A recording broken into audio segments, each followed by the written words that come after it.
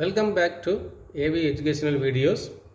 இந்த வீடியோவில் நம்ம பார்க்கக்கூடிய பகுதி 10ஆம் வகுப்பு அறிவியலில் அலகு 14 தாவரங்களின் கடத்துதல் மற்றும் விலங்குகளின் சுற்றோட்டம். இந்த கடத்துதல்ங்கிறது தாவர வேரிலிருந்து தாவர பாகங்களுக்கு நீரையும் கனிம உப்புகளையும் கடத்துதல். சுற்றோட்டங்கிறது இரத்த ஓட்ட மண்டலத்தையும் குறிக்கக்கூடியது.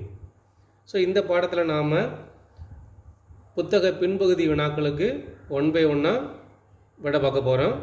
புத்தகத்தை கையில் எடுத்து வச்சுக்கோங்க, கையில் பென்சில் வச்சுக்கோங்க. இந்த வீடியோ பார்க்கும்போதே பாடப்பகுதியை குறித்து நீங்கள் படித்தா ரொம்ப ஈஸியாக இருக்கும். 210ஆம் பக்கத்தில் மதிப்பீடு வினாக்கள் பகுதியில் முதல் பகுதியாக சரியான விடையை தேர்ந்தெடு.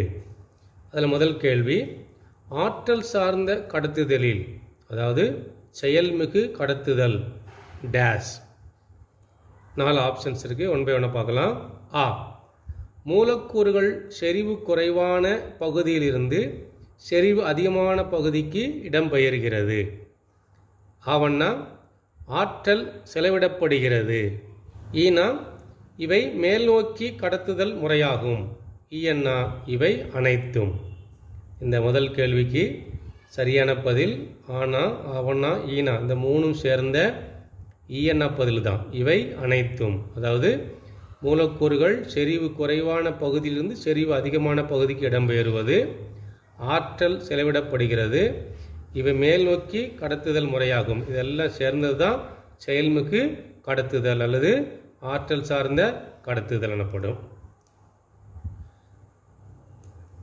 2வது கேள்வி, வேரின் மூலம் உறிஞ்சப்பட்ட நீரானது தாவரத்தின் மேற்பகுதிக்கு இதன் மூலம் கடத்தப்படுகிறது.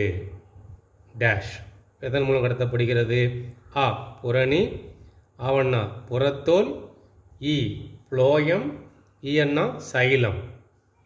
நீரானது தாவரத்தில் உறிஞ்சி மேலே கடத்துதுன்னு சொன்னால் அதுக்கு காரணமான திசு வகை சைலம். ஈயண்ணா பதில் சைலம்.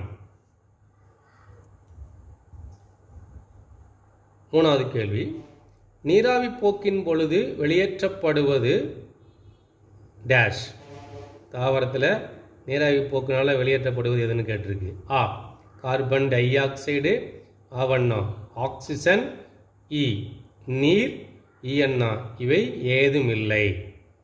நீராவி போக்கின் வெளியேற்றப்படுவது எதுன்னு கேட்டால் சரியான பதில் இ, நீர். 4வது கேள்வி, வேர் தூவிகளானது ஒரு டேஷ். ஆ, புரணி செல்லாகும். ஆவண்ணா, புறத்தோலின் நீட்சியாகும். ஈனா, ஒரு செல் அமைப்பாகும். ஈயண்ணா, ஆவண்ணா பதில் மற்றும் ஈனா பதில், அதாவது புறத்தோலின் நீட்சி மற்றும் ஒரு செல் அமைப்பாகும். வேர் தூவிகள்ங்கிறது புறத்தோலின் ஒரு நீட்சியும் அது ஒரு செல் அமைப்பாகும். சரியான பதில் ஈயண்ணா. 5வது கேள்வி, கீழ்கண்ட எந்த நிகழ்ச்சிக்கு ஆற்றல் தேவை? ஆ, செயல்மிகு கடத்துதல் அல்லது ஆற்றல் சார் கடத்துதல். ஆவண்ணா, பரவல். ஈனா, சவ்வூடு பரவல். ஈயண்ணா, இவை அனைத்தும். ஆற்றல் தேவைப்படக்கூடிய நிகழ்ச்சி எதுன்னு கேட்டால் செயல்மிகு கடத்துதல் அல்லது ஆற்றல் சார் கடத்துதல். சரியான பதில் ஆ பிரிவு. 6வது கேள்வி, மனித இதயத்தின் சுவர் எதனால் ஆனது? ஆ, எண்டோகார்டியம். ஆவண்ணா, எபிகார்டியம். ஈனா, மயோகார்டியம். ஈயண்ணா, மேற்கூறியவை அனைத்தும். மனித இதயத்தினுடைய சுவரானது மேலே சொல்லியிருக்கிற இந்த 3 கார்டியாத்தால் ஆனது. என்னென்ன கார்டியாக்கள்? ஆ, எண்டோகார்டியம். ஆவண்ணா, எபிகார்டியம். இ, மயோகார்டியம். எனவே சரியான பதில் ஈயண்ணா, மேற்கூறியவை அனைத்தும். 7வது கேள்வி, இரத்த ஓட்டத்தின் சரியான வரிசை எது? ஆ, வென்ட்ரிக்கிளிலிருந்து ஏற்றியத்திற்கு, ஏற்றியத்திலிருந்து சிரைக்கு, சிரையிலிருந்து தமனி. ஆவண்ணா, ஏற்றியத்திலிருந்து வென்ட்ரிக்கிள், வென்ட்ரிக்கிளிலிருந்து சிரை, சிரையிலிருந்து தமனி. இ, ஏற்றியத்திலிருந்து வென்ட்ரிக்கிள், வென்ட்ரிக்கிளிலிருந்து தமனி, தமனியிலிருந்து சிரை, ஈயண்ணா. வென்ட்ரிக்கிளிலிருந்து சிரை, சிரையிலிருந்து ஏற்றியம், ஏற்றியத்திலிருந்து தமனி. சரியான பதில் ஈ பிரிவு. ஏற்றியம், வென்ட்ரிக்கிள், தமனி, சிரை இந்த வரிசையில் தான் இரத்த ஓட்டமானது நடைபெறும். 8வது கேள்வி. விபத்து காரணமாக ஓர் இரத்த வகையை சார்ந்த ஒருவருக்கு அதிக இரத்த இழப்பு ஏற்படுகிறது. இந்த நிலையில் அவருக்கு எந்த இரத்த வகையை மருத்துவர் செலுத்துவார்? ஆ ஓ வகை, ஆவண்ணா ஏபி வகை, ஈனா ஏ அல்லது பி வகை, ஈஎன்னா அனைத்து வகை. ஓ இரத்த குரூப்பை சார்ந்த ஒருத்தருக்கு ரத்தம் நம்ம ஏற்றணும்னு சொன்னால் டாக்டர் சொல்லக்கூடியது ஆ பிரிவில் ஓ வகை ரத்தம். ஏன்னா அது யூனிவர்சல் டோனர். ஓ குரூப்பு இரத்த வகை வந்து யூனிவர்சல் டோனர்னு பேர். 9வது கேள்வி. இதயத்தின் இதயம் என அழைக்கப்படுவது டேஷ்? ஆ எஸ்ஏ கணு, ஆவண்ணா ஏவி கணு, ஈனா பர்கின்ஜி இலைகள், ஈயண்ணா கிஸ் கற்றைகள். இதயத்தின் இதயம் என அழைக்கப்படுவது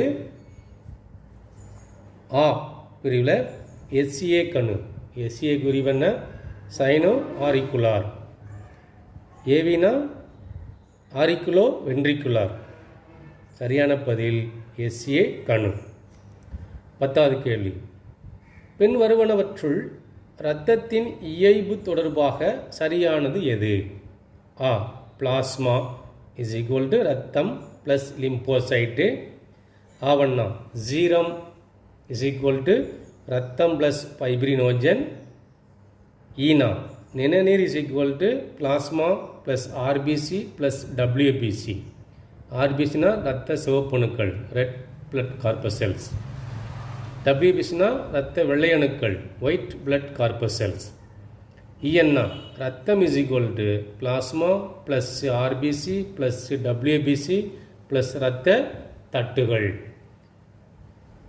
இரத்தத்தின் இயைபு தொடர்பாக சரியானதுன்னு கேட்டால் ஈஎன்னா பதில் ரத்தம் இஸ் ஈக்குவல் டு பிளாஸ்மா திரவம் plus RBC plus WBC plus இரத்த தட்டுகள் ஆகும்.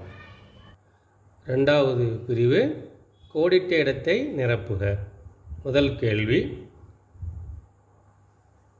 தாவரத்தின் புறப்பகுதியிலிருந்து நீர் ஆவியாகும் நிகழ்ச்சி டேஸ் எனப்படும்?